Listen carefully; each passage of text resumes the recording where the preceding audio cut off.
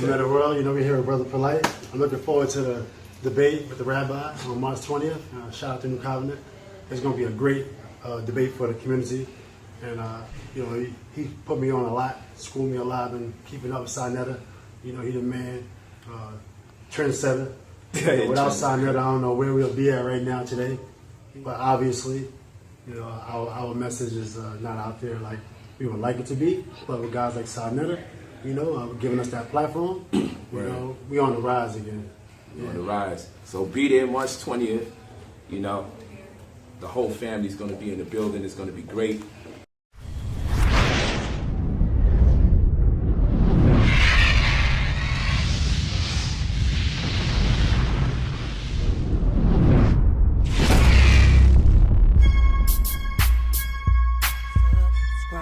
Subscribe, subscribe, subscribe, subscribe, subscribe. saneter TV, saneter TV, saneter TV, saneter TV, saneter TV, saneter TV, saneter TV, saneter TV. You gon' open your third eye tonight. Subscribe to the House of Consciousness. You gon' open your third eye tonight. Subscribe to the House of Consciousness. saneter TV, saneter TV, saneter TV. saneter TV, subscribe. Peace, Brother Polight, head of the crown, illustrious supreme man at perception of our New Covenant community, culturally known by the appellation Nusu Amure Sen Atumre. I'm here to present to you some very, very important news, family. I will be conducting the debate Sunday, March 20th, 2016 at the Alhambra Ballroom. And I will be debating. I told you 2016, I'm coming with a whole new style, a whole new agenda. I did not let y'all down. I had to go on hiatus. So, I can put on a serious show. I will be debating a pale, wicked, and deceptive Jew. That's true. I will be debating a pale man, a Caucasian, by the name of Rabbi Harry Rozenberg. And he contends that black and white people can share God. It doesn't get no better than that. He contends that as far as this title is concerned, which he is in total agreement with, here's the title, y'all, is the Hebrew God real? And does he love our people? Or is this whole thing just a political deception to undermine and circumvent our divinity, our prestige as a race? Is the Hebrew God real? And does he love our people? Or is the Hebrew God's doctrine as it relates to Judaism designed for the purposes of destruction when it comes to African people and culture? This is what we'll be debating. I'm calling everybody out. All my brothers and sisters from the RBG movement. I expect y'all to be in the building with your red, your black, and your green. I expect you guys to be in the building with your flags, New Covenant flags, red, black, and green, Pan-Africanistic movement. This is going to be historical because of the information I'm going to put down. I need to show our brothers and sisters something because many of us are still under the false pretense that intellectually black people cannot compete with Caucasians. And this is not just any old Caucasian. This is one who is the contributor and founder of a research institute. And he lives in Israel. And he's actually a rabbi. To my brothers in the hood, we're going to eat his food. I need y'all in the building. We're going to eat his food that day. Intellectually, I'm going to show my brothers and sisters what I refuse to do to my own brothers and sisters when I get them in the ring. I'm going to show y'all that I've been holding back. Because I'm not going to allow a pale man, a Jew, to come in and tell us, one, that we can share the same God. I do believe that the Hebrew God does exist.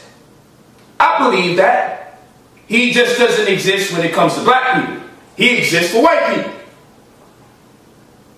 The God of the Jews does exist for the Jews. The God of the Jews has empowered the Jews on all too many occasions. How do I know this? I'll give you one example, family.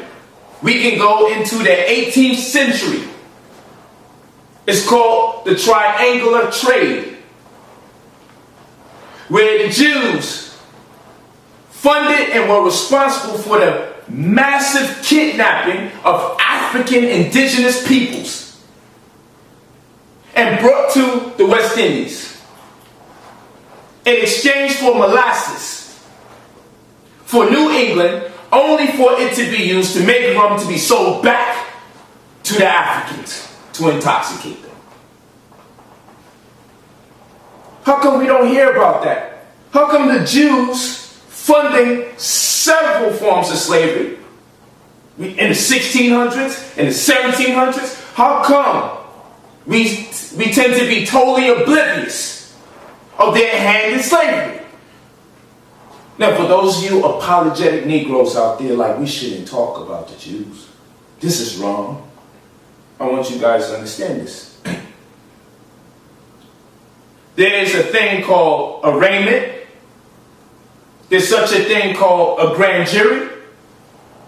We all know what a conviction is. All too many of us know what a conviction is in our community. So I say, if a people are guilty of heinous acts, if a people have perpetrated social injustices against our people, if this happens in any other instance, in whatever capacity, be it individual, group, or community, those people are put on trial. Due process of law has to be done. So the reason why I want my brothers and sisters out, no matter how much you think you already know, and no matter how much you know you don't know,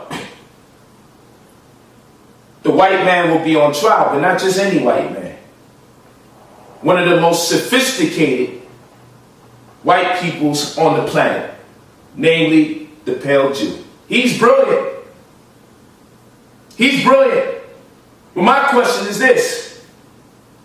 Why should I share a God that empowered you to take me from Africa, bring me to the West Indies, and trade me, a black man, for molasses, for New England, to create rum, to sell it back to the Africans that are still indigenous to the land, to intoxicate them?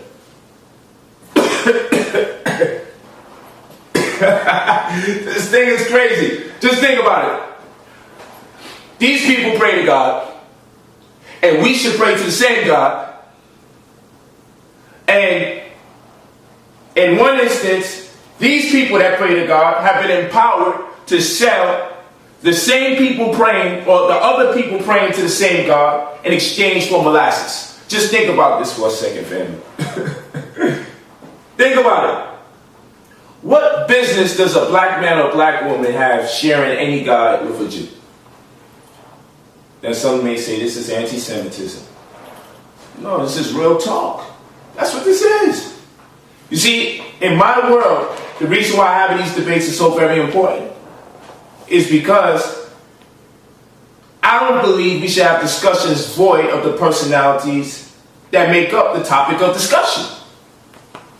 I think it's more enticing and more intriguing to go into these diatribes with the accusers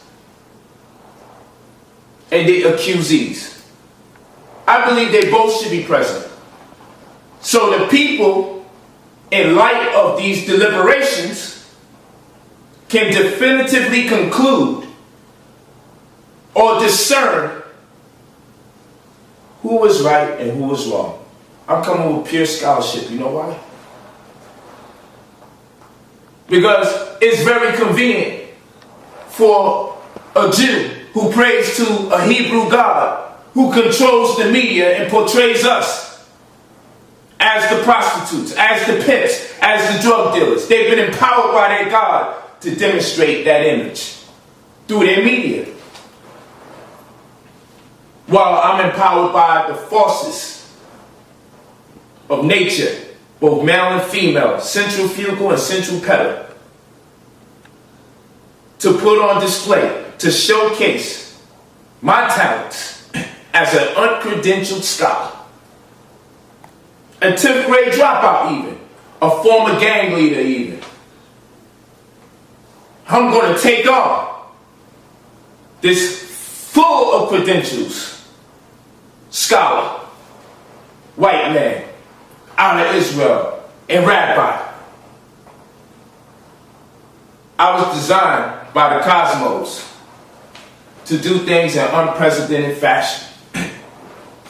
I know I was manufactured by the universe to project the human paradox that I am, to inspire my brothers and sisters. What could be more special in 2016 than to show that a 10th grade dropout will win in convincing fashion, intellectually, so everyone could bear witness why people cheat in the race. You see, it's called a race. It's a parapraxis. These are incentives or desires that people have, and it represents itself on the surface via our subconscious intentions. This means when they manufacture that word race, somewhere subconsciously, competition was evident. But they always cheat in the race. They always cheat in the race. But when it comes to scholarship, family, I am the sports enhancement drug. You learn from me, and you already have an upper hand. So I won't be using scholastic sports enhancement drugs. I am the sports enhancement drug of scholarship. And I'm telling y'all, I'm going to be in rare form that day. Because I'll be damned if I allow a member of another race, particularly the Jewish community, tell me that their God suggests to them that he be shared by the people who've been abused and the people doing the abusing. This is going to be a great situation. And they also want to question me, how can you have an atheistic perspective? I say, listen, I'm a pantheist of the Kemetic science. That's how I want to be identified. But yeah, I don't believe in God. I have no reason to believe in God. And damn sure got no reason to believe in a Hebrew God. Because while Jews all over the world continue praying, black people keep dying. So how could we share the same God? I see whatever that you guys are doing, whether it's through the God that you worship or through the deception that you employ, one thing's for sure, it's working for you. And the most highly religious people in the world are not just black, but poor black people. If you think I'm lying, do the research. Per square mile radius of any downtrodden, dilapidated, saturated in destitution community, look it up. You'll find more religious outlets, temples, mosques, synagogues, wherever the people are poor. And go into a wealthier community where people are progressing and there's less violence, less iniquity, and you'll find there's no need for these churches, these mosques, and these synagogues. So God always shows up in the presence before poor people and never answers their prayers. How many people are coming out the hood? Let's be for real. But I'm supposed to pray to their God. Oh no, the Jew man is going to be on trial that day. We're going to find out if his doctrine, if the Torah, if the Tanakh was manufactured. And our brothers say this, that the only reason black people can't rise from this social condition is because they violated the laws, statutes, and commandments of the Most High. Well, tell me this. If the black man who says he's a Hebrew, who attempts to make a distinction amongst himself and the white man that calls himself a Jew, who we all know outside of the black Hebrews, that this is still a form of Judaism, whether you like it or not. No, we're not into Judaism, we're into Hebrewism. No, we're Hebrew Israelites, we're not Jews. Listen, we all know that you guys are reading that Old Testament. Let's stop playing games. Now, let's really talk to you. The white man and the black man says that God's chosen children are having problems transcending their impoverished disposition on account to their inability to execute, fulfill, or subscribe to the laws, statutes, and commandments of the Most High God. Yahweh ben Yahweh, or Yahweh, or Yah, however these different sects of denominations say it.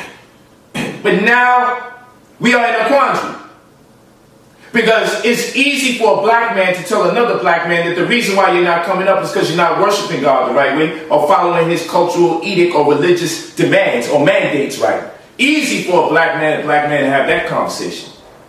What's more interesting is when a white man also adopts the same knowledge and says the reason why God's children are struggling is because he's not following God's laws, statutes, and commandments. Y'all may not be following what I'm saying, so let me tell you clearly what I'm talking about. If a white man teaches the same doctrine as this black man, he is now saying that he has been commissioned or even licensed by God to persecute black people. Because if the condition stipulates that we shall suffer because we're not following the mandate of God, then it stands to reason we should embrace our oppressors for executing the will and pleasure of the Most High God. So which one's it going to be, my brothers? Which one's going to be, white man? We see black people suffering. That white man is going to have to tell us why black people are suffering. He has to tell us that day. He needs to tell me that we're suffering. Because if he tries to play the black card, oh, we think black people are Jews too. We think that they're Hebrews too. You know, they have the E1, B1, A1. Oh, I want to hear it. No, okay, black people are God's chosen children. White man, can you please tell us why we're suffering? I would love the white man to tell me, oh, they're suffering because God... No. Oh, this is interesting how you will supplant your wickedness and put God right in place. Black people are suffering because white people have done wickedness against black people. They have perpetrated the crimes against black people. I want to hear the religious rhetoric. I want to see the white man say what the brothers are saying. And I want the brothers and sisters of the community to see how it sounds when white people teach the same doctrine that our brothers have been teaching that comes from white people. I would love the white man to identify me as one of the original Hebrews. Because that's what he says. And after he says that sentence, then he has to say why us original people are suffering. Please put it on your guard and say, black people are suffering because they're not following God's laws. Because the second you say it, white man, you have become God's sheriff. You have exempt yourself from all guilt. Once you say it, because you're trying to play the black card. I watch the videos. I want you to play that black card. I want it.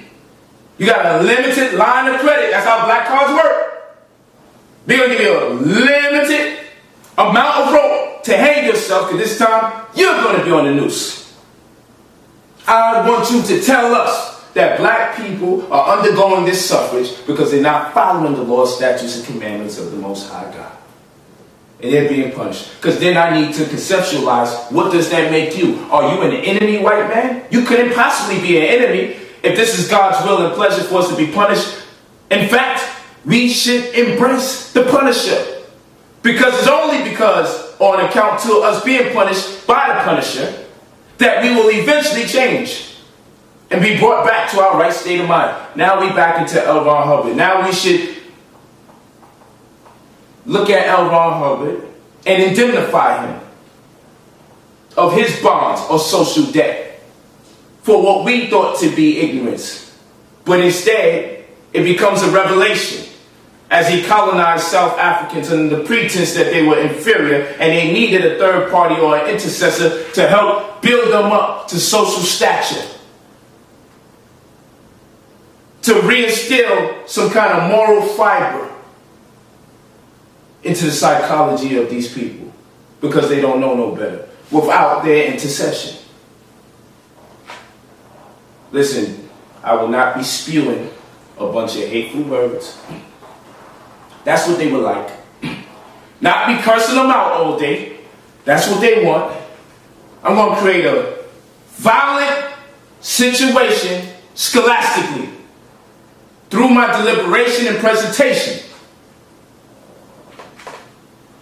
that will be so unanticipated by black audiences and the likes. You expect me to be in there charging you with convictions that have this inception in racial animus. You won't get that. You only get aggression. But you're not going to get no brother just upset and angry about slavery. I'm going to pick the Jewish community apart. Oh yeah. I'm going to show people your sins. And this is important for the black community. I need my children in the building to see this. I dare you to come with the kumbaya. Let's hold hands. Black people and white people can be together. I want you to do it. Because if you believe this, you pale Jew, if you believe this, you got some explaining to do for your race. And perhaps maybe you don't even know all the things that your race has done. And if you want to talk to me about the Holocaust, we still got to talk to you about the Jews that sold you out. So what kind of... You see, people think niggas only exist in the black community. But when I'm done, you'll find out who the world's first niggas were. And I'm not talking about a title of nobility that denotes an Ethiopian sovereign, because we know that this word, in essence, resonates with our DNA. No. I'm talking about the nigga that we know was created during slavery. I'm going to show you that only a nigga can make a nigga. And I'm not trying to use language to scare some of you. We just got to keep it real. And on the matter of did the Egyptians believe in God? Because he says his point of contention is that the Egyptians believed in God. My thesis is this. It's very simple. You don't understand the Kemetic doctrine. Because if you did, you will understand that their presentation of what they identify with, because these were a people that were living in conformity with the universe and nature, that the manner in which they disseminated information was indicative of what? It was indicative of what? See, this is where people get lost all the time. The Egyptians used an analogical depiction of somatic levels of formation, which in its inception testifies to the neurophysiology and morphology of the brain. None of this had anything to do with actual beings with eyes, nose, and lips. These were analogical depictions of levels of somatic formations that we bear witness to day to day, that have their inception in the neurophysiology and morphology of the brain. This means that behavior patterns Ideas and concepts can be passed on transgenerationally. This means that there's a point where the information could have just been given as is. And then there's another point where the doctrine becomes humanized, where people have to render actualities in the universe by means of personification and anthropomorphosis. I'm going to teach a great deal of information that day. And for those of you that think I went Hollywood and I fell off, oh man, you're going to feel like someone got gangbanged on that day with the scholarship. Because my job is to set a scholastic precedence for my young brothers and sisters. My job is to show the elders what they haven't been taught in school. See, we have to understand this. We have to understand this. That your mother's mother was a slave. So your generation is just now starting to wake up. Because your mother was taught by someone who was educated by a slave. And your father was taught by someone that was educated by a slave. So the way we interface with each other, the way we discipline our children, the way we communicate with each other, all has been compromised. The Jew has to answer for these things. His God is on trial. It's been quite some time before we actually got a white man to have the gall to represent his community. And if you even make it to March 20th, without them pulling you back, because oh yeah, I know you watch my videos, as you said. I know your community watches my videos, as you said. But what took you guys so long to show up? Because you was thinking, this may not be an L we're willing to take. This is the reason why you can't take a risk and show intelligent black people through your media device. Because you be taking a big risk. So as it stands, I'm trying not to scare them. I'm trying to be easy. Hoping if I do a little more Hollywood, show some stacks of money, sag my pants a little bit, wear fit caps, hopefully he think this is a sealed deal. That I never slip. Hopefully if I just be seen in another $200,000 car, hopefully I take some more photos with Mayweather. Hopefully, I can put you guys to sleep. Just enough to make you show up that day. But believe me, I know exactly what I'm doing. Everything I do is calculative. Everything I do is calculative. I can't wait. This is for all of my brothers and sisters throughout the world. The Africans of the diaspora. The brothers and sisters that's cognizant of this struggle and those that are not. I'm imploring that everybody shows up March 20th, Sunday, March 20th, 2016, and watch me take on the Pale Jew, Rabbi Harry Rozenberg. And like I said, my presentation will not be super saturated with racial animus. That's not my job. We've heard our complaints before. I don't want him there that day just so I can complain to him. His ass is on trial that day. To even have the nerve to try to proselytize or propagate this garbage that they're calling the Old Testament. And it stands to reason that it's garbage because a holy people would have apologized for what they have done in history.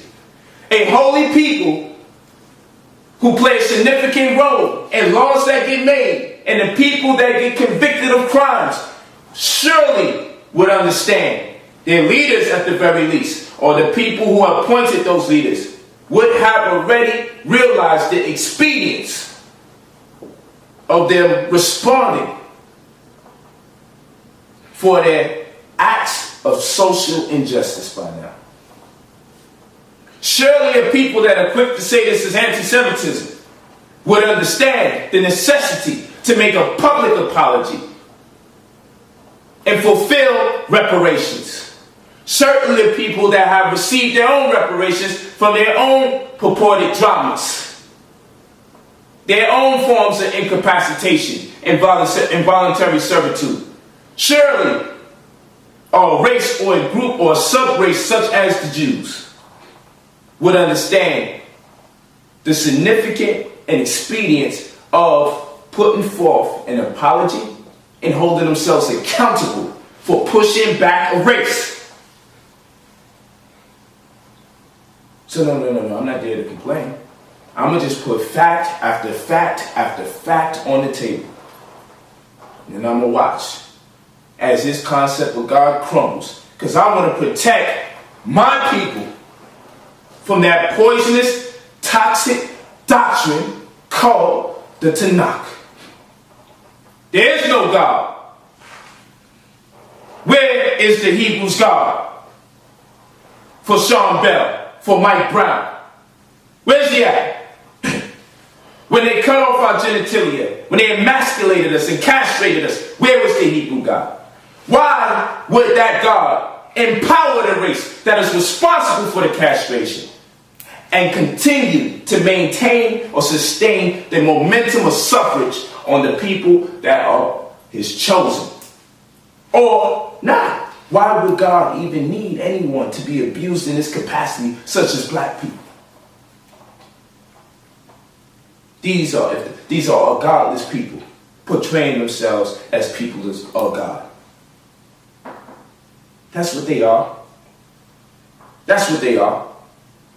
And you can write all your negative things that you write, white folks who keep banging on me and going at me. You can write what you want to write. I got everybody mad at me. I got pro-black people mad at me. I got racist white folk mad at me. I got heal the world white people mad at me. I got heal the world black people mad at me. I got everybody angry with me. They don't understand, Brother Polight. But one thing you always understand when I get in a debate is my presentation. See, I know how to live in the matrix. People say, Polight, you work with white people. This is completely wrong. How can you do this? I thought you was pro-black. Because anytime a white person contributes positively to my life, I consider it on my behalf, what I have done to create a situation viable enough for me to be empowered by a contribution from members of other races. I consider it self-administering reparations. When white people give to me, I consider it reparations. Who am I to tell you don't give me nothing after all you have done to me? After all your daddy's done and your mother's done? Who am I to decline from the opportunity to finally receive a minuscule percentage of the 40 acres in the mule? Oh no, I'm not turning down none of white America from contributing to my life, my family, my community. I'll just make sure that it won't compromise the moral integrity of my mission. That's all. Brothers and sisters, you need to come out here on this historical date. You asked for it. That's why I'm doing this. I told you I was going to fall back from doing the debates. And you know what's the sad and sick part about this? I guarantee that one thing this white man will do, better than the brothers and sisters that I have debated, the brothers particularly, one thing that this white man will do is he will carry himself better than our brothers. That's the damn shame. With all the religious black men that I have debated, I can guarantee you we will not see the homosexuality on the projector. I can guarantee you we won't hear all the vulgarity and the profanity as much as we hear from our brothers. There's going to be a lot to be learned that day. Because I know what you want me to be that day, and you won't get it, white man. You won't be able to show the rest of the world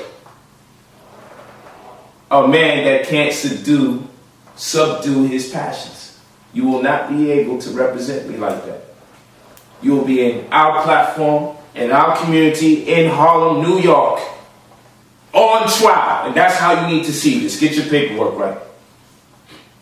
You're going to be before a black community Bring some of your peers, but I'm going to let at least one white man in this lifetime feel the sting of not being before a jury of his peers. All of y'all should turn up when we in there. Every black man and woman should show up. Bring your children that day. This is a history lesson, a scientific lesson, a mathematical lesson. Everybody come and show up Sunday, March 20th, 2016. Everybody in our community should show up. Bring your children, bring your mother, bring your father. It's finally time for us to show that we can compete intellectually. We know we can compete in basketball. We know we can compete in boxing. Shit, we know if it pertains to athleticism or music, we damn sure compete. Not only do we compete, we excel to the top of our genre. But we have grown very insecure about who we are as an intellectual people. So sometimes you just got to bear witness to the destruction of another person, of another race, by way of a brother or a sister. With information and information alone. No gimmicks, no antics. I'm coming in with pure scholarship, and I will show y'all things you've never known about the Jewish community. I will show you things you've never heard. Things that I will confirm the speculations. Oh yeah, they play with little boys and girls. I'll confirm that. That's on the table. They won't wiggle out of that. I got you on that one. But that's lightweight. I got some other things going on. Because what they choose to do with their children, none of my business. It's none of my business. You want to destroy your children, your people are already destroyed as far as I'm concerned. But this is going to be the first part of this revolution. I guaranteed you. You think that video that I did on World Star that did 250,000 views in like 4 days was something? I'm going to guarantee you this. This presentation will go viral. And after this presentation, it's going to change our paradigm. I guarantee you. Because I think there's going to be an onslaught of Jews that's going to redeem themselves. Because I'm not playing around. I'm coming to do a job, and I'm just asking my brothers and sisters to please support me in this endeavor. I'm coming to do a job. I'm doing a number on their race and their religion to wake our people up and show them that that is not the way. That God doesn't exist, not for no black people. Their doctrine was designed to destroy indigenous people. Mentally, spiritually, and socially. That's their job. I will be unrelenting in my pursuit to change the hearts and the minds of the people that still believe, subconsciously or on conscious scales, that they are inferior to white people. I'm going to do everything in my ability to deliver the best presentation I've ever done in my life so schools can review this. I'm going to force the issue. I'm going to create a situation where they'll just have to sell this debate as a documentary on Hulu, on Netflix. It's a classic. You will never see nothing like this again. Because he's already unprepared. Just by virtue of the fact he took on the debate. He's already unprepared. He must be crazy to take on this debate. Because I am not the average, full of rhetoric, talking craziness, and then you can exploit me for different social weaknesses that I have. I'm not that one. I teach a doctrine, and I made it materialize right before people's eyes. I've been in a privy position, so I'm at liberty to condemn you, because I'm not a bitter, poor black man that's just upset with my condition. I'm wealthy, I'm healthy, so I got the right to represent my community, so I don't come off as a stereotype. He's just mad because he's lazy.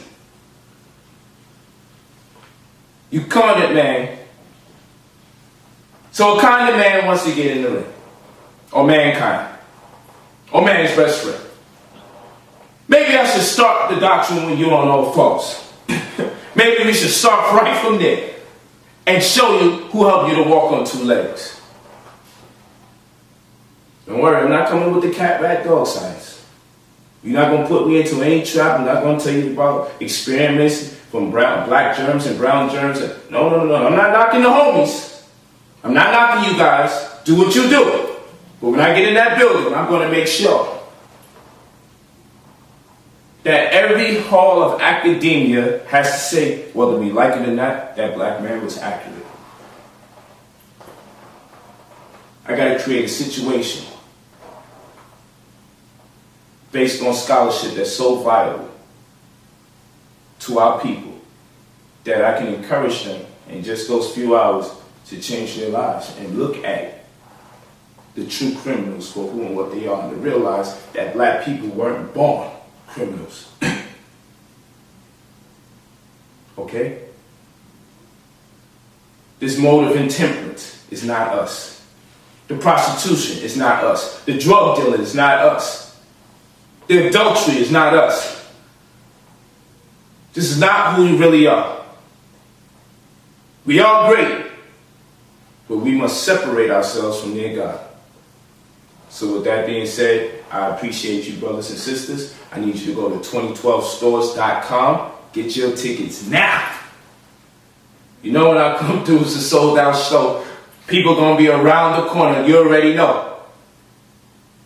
But more now than ever before, I'm imploring that y'all come out. We also have a New Covenant convention that day. New Covenant members to get their ID cards, and we're also going to have proficiency exams that day. You make sure you get out. Get your information. Stay in tune with our Facebook. Facebook.com/Brother Polight. Make sure you get on their Instagram. Brother_Polight. Make sure you get there. Stay in tune because I'm going to be giving updates from now straight until Sunday, March 20th, 2016. So members, be in the building.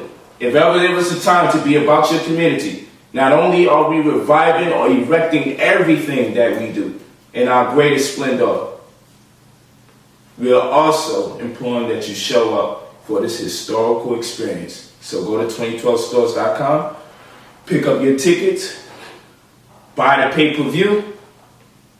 It's going to be amazing. It's going to be amazing. I'd like to thank Brother Saneter for helping us erect this platform so we can do what it do. I don't want to hear no more excuses. Oh, black people just keep talking about each other. I don't want to hear that. You got what you want. I got what I want. You let me work. Please come and support the young phenom. Please come and support your brother Polight. We'll find out if I lost a little something, if I lost a step. Because trust me, if you see me with $3,000 shoes, just imagine what I spend on books, Brother Polight.